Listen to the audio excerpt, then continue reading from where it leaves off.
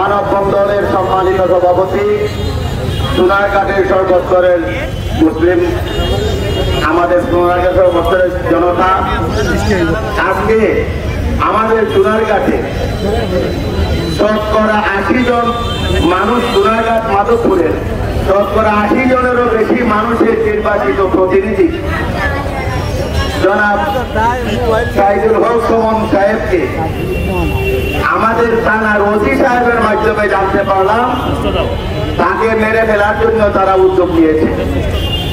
আমাদের রাষ্ট্র কোথায়? মাননীয় স্বরাষ্ট্রমন্ত্রী কোথায়? এখনো পর্যন্ত স্বরাষ্ট্র মন্ত্রণালয় থেকে বিবৃতি আসে না কেন? যে লোক স্বতন্ত্র নির্বাচন করে সরকারের একজন গুরুত্বপূর্ণ মন্ত্রীকে পরাজয় করে এদেশের আপামর জনসাধারণ তার পক্ষে যে তাকে নির্বাচিত করে পাঠিয়েছে, আর আপনারা হুমকি দিলেন। আপনাদের হুমকি, এই ধমকি, এই সোনারঘাট মাধবপুরবাসী মানবে না। আমি অনতিবিলম্বে সংসদ চলছে, স্পিকার মহোদয়, স্বরাষ্ট্রমন্ত্রী, তাড়াতাড়ি আপনারা এই সাধারণ জনগণকে শান্ত করুন। যেভাবে বন্যার পানি যেভাবে গ্রাস করে, যদি ব্যারিস্টারের উপর আরেকবার আঙুল হয় তাহলে বন্যার পানির মতো সারা দেশের আপামর জনসাধারণ লিমিটের মধ্যে সরকার কোন প্রকারও থাকতে পারবে না। আমরা আজকের মধ্যবাজার থেকে কোথাও অনতিবিলম্বে যে স্বরাষ্ট্রমন্ত্রী জনগণের নিরাপত্তা দিবে, আর এসি রুমের থেকে বসে কাজ করলে হবে না, তাড়াতাড়ি বিবৃতি দেন। এবং প্রশাসনে যারা কাঁপতি মেরে বসে রয়েছে, সরকারকে বেকায়দা বলবার চেষ্টা করতেছে, চিহ্নিত চোর পাথর দেশের সম্পদ হরণকারীদেরকে চিহ্নিত করে চাকরির ব্যবস্থা করুন। দেখেন সোনারঘাটের ইয়ং জেনারেশন কই আসছে, সামান্য একটু সময়ে মেসেজের মাধ্যমে আসছে। যদি আপনারা এদেরকে শান্ত না করেন, পরিস্থিতি গুলাটের জন্য আপনারা দায়ী থাকবেন। শুধু সোনারঘাট মাধবপুর নয়, দেখবেন সারা বাংলাদেশ মুসলিকে দিয়া।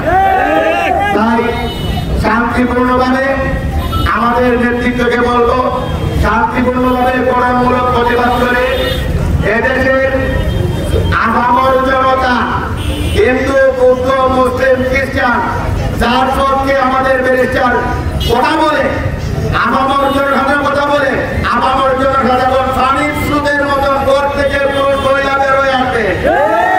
যেভাবে মূর্তি আসছিল 7 তারিখ 7 জানুয়ারি, ঠিক তেমনি ভাবে গণজোয়ার আসবে। এক এমপির জন্য হয়তো 4 জন বলে দিও, এখনো সরকারকে শ্রদ্ধা করে, প্রধানমন্ত্রীকে শ্রদ্ধা করে, আর এই শ্রদ্ধাকে যদি আপনারা দুর্বলতা মনে করেন তাহলে 1 সেকেন্ড লেগে থাকতে পারবে না, বিএনপি লাগবে না, অন্য দল লাগবে না, একটাই বড় বিদায় ফেলে দেবে। সুতরাং আমরা অনুরোধ করি, রাষ্ট্রীয়ভাবে আপনারা কি করছেন না করছেন আমাদেরকে তাড়াতাড়ি জানান, এদেরকে শান্ত করুন, অনলাইনে জানিয়ে দিন। পরিশেষে আজকে যারা এখানে আসছেন, আমি আমার এমপি মহোদয়, আমার ভাইরা, তার পক্ষ থেকে আপনাদেরকে মোবারকবাদ জানাই। আমরা সম্প্রীতি সৎভাবে আমরা চলি, আমরা কোনো অবস্থায় আমরা আইন হাতে তুলে নেব না। আমরা সরকারকে তাৎক্ষণিকভাবে আমরা জানিয়ে দিলাম, আমাদের দেশের তুলে যেন পৌঁছে যায়।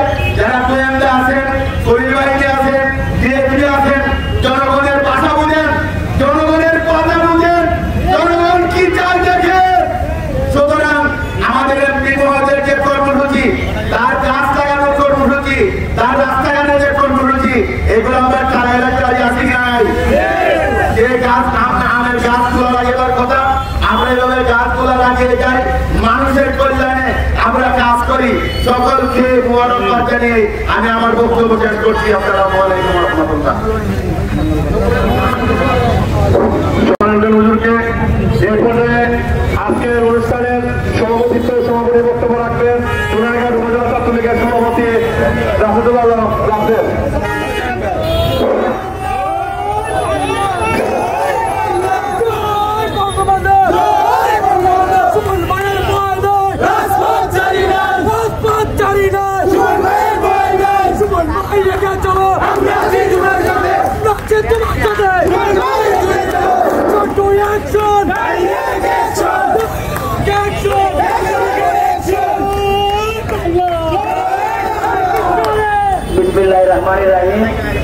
আমি প্রথমে ক্ষমা প্রার্থী, এত অল্প সময়ের মধ্যে আমি সবাইকে জানাতে পারি নাই। প্রথমে আমি এর জন্য ক্ষমা প্রার্থী। এর পাশাপাশি সবাইকে ধন্যবাদ জানাই। প্রতিটি ইউনিয়ন এবং ওয়ার্ড থেকে আগত নেতৃত্ব সহ সর্বস্তরের জনগণকে আমি ধন্যবাদ জানাই। আমার প্রান্তীয় সংগঠন বাংলাদেশ ছাত্রলীগ সোনারঘাট উপজেলা শাখার পক্ষ থেকে কৃতজ্ঞতা জানাই। পাশাপাশি আগামী পরশুদিন সবাই সর্বস্তরের জনগণ ঠিক 3 ঘটিকার সময় জোনালের মধ্যবাজারে অবস্থান নেওয়ার জন্য বিনীতভাবে অনুরোধ জানাই। এই বলে আজকের সভা এখানে সমাপ্ত ঘোষণা করলাম। জয় বাংলা, জয় বঙ্গবন্ধু, জয় অগ্রগতি শাখা।